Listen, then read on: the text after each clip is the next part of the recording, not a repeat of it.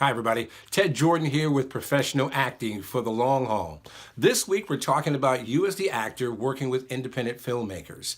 Not the big studios yet, although that could certainly happen and we certainly hope that does happen. In the meantime, you'll run across independent filmmakers like myself who are looking for actors like yourself to fill roles that they're looking to produce.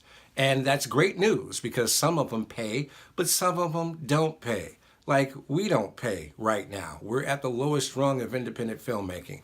We have people working as volunteers, and we tell everybody up front what to expect. However, we do have opportunity to give them IMDb credit. We feed everybody very well. We treat everybody very well on set, and we have a lot of fun.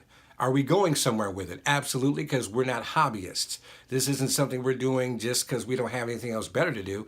We're looking to escalate our career and advance it greatly. So we're looking for serious-minded people who are also looking to do that with their careers. Now, what I want to talk about is professional versus the amateur actor. Now, the professionals are always looking to be trained, more and more training, more and more information about what's going on within the industry, more and more information so you can be well-rounded and understand what is required of you as the actor. No matter what the market, you know how to respond and you know how to meet those requirements. Amateurs, they see opportunities like ours, for example. People aren't being paid, so they're like, oh, I want to be an actor. And, they'll apply, but they don't have a resume.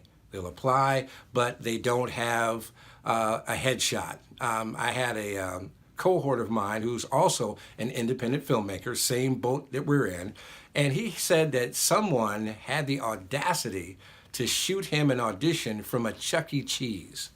Yeah, a Chuck E. Cheese.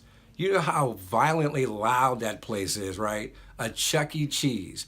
That's the difference between an amateur who has no skill level whatsoever in reference to understanding what is required in this industry versus a trained professional actor. And I mean trained before you even get your first paycheck. You're trained up here. You know what to expect and what is expected of you as a professional before you even get started. So that's what I'm talking about. This is who I'm talking to, and this is who I'm talking about. Now, if you want to be considered a real actor, then you need to understand what the requirements are for that in order to happen. Training is a big part of it. I believe in training. Training is important, and it's also important for you to know who you are being trained by. All right, now, independent filmmakers, very important people because they're not interested in being a part of the Hollywood system. Most aren't because they're looking to distribute themselves. And that used to be taboo years and years ago, but not anymore. With the advent of all the technology, the video on demand, the streaming and everything like that, it makes it much easier for folks like myself to be able to distribute the content and get paid for it. So that's why we work very hard. That's why we're looking for people who are also working hard and are serious about their career. That's who we want to get married to. All right, so the independent filmmaker. Now, what you want to know, how long are you going to be on set for? Some that I've heard the nightmares on because it's non-union and they figure they can keep you on set forever and a day, 16, 17 hours, and, not get a break and whatnot. If you can't get it done in 12 hours, as the union statute has, then something's not right, okay? So if you're working, especially if you're working for free and you're not getting paid for this and they can't get it together in 12 hours in a day's time and get something shot and get several things shot, something's not right. So before you even, latch on with this production, make sure that you know how long they're expecting you on the set, or even more so, how long you're going to give your time on set, especially if you're talking about not getting paid. So again, you want to be assertive, but not a jerk about it. There's a difference, okay?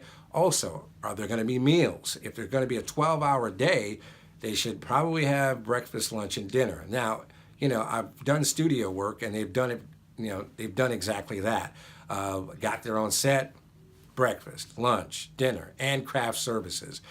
So we're talking millions of dollars for a budget, for named actors like Forrest Whitaker and Isaiah Washington and Courtney B. Vance, and having the director Tim Story on board and this kind of thing. So, I've been attached to that and seen how that actually works. And it works very efficiently and it works very well. Independent filmmaking, you kind of hit and miss on that, because I've had that experience and that exposure. I know how to operate our production company, and we operate accordingly. So if we've ever stayed on on set for 12 hours, which usually we don't, but when that comes, when we do the feature films and stuff like that, which we will be doing, then it won't be any longer than 12 hours. We don't like to use and abuse people. And in this industry, there are people who are willing to do that to you if you let them. Now, if you're getting paid, I would say again, negotiate that rate, because if it's non-union and they're only paying you, for 12 hours, and then after that, what happens after that? Ask the important business questions. What's going on? What's going to happen? And where's the project going? Do you get IMDb credit, whether you're getting paid or not? You want to get something out of it besides, yeah, I did an independent film. But then you never see, the film. You never get any footage for the film. You don't have anything for your demo reel, and you really have nothing to show for it for a resume. So there are a lot of production companies, independent, that are like that. So again, check out their track record, see how well they've done things, if they've had people in film festivals, if they've had their projects in film festivals, who have they worked with before. Check them out. Again, do your homework. Always make sure that you know who you're dealing with at all times.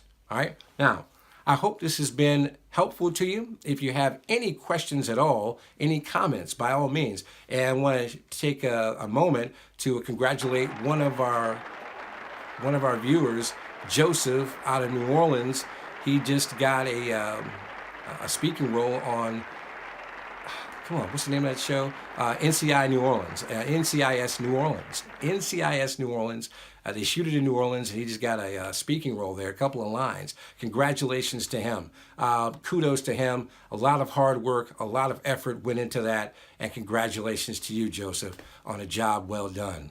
Again, if you have any questions, comments, anything along those lines, please, by all means, get a hold of us. And if I can answer the question, I certainly will. And I'll do my very best to get back with you in a timely fashion. At Crossing Jordan Entertainment, .studio, that's our website. You can go to our YouTube channel, Crossing Jordan Entertainment, or you can shoot us an email at Professional Acting for the Long Haul. Have a great day, and we'll talk to you soon.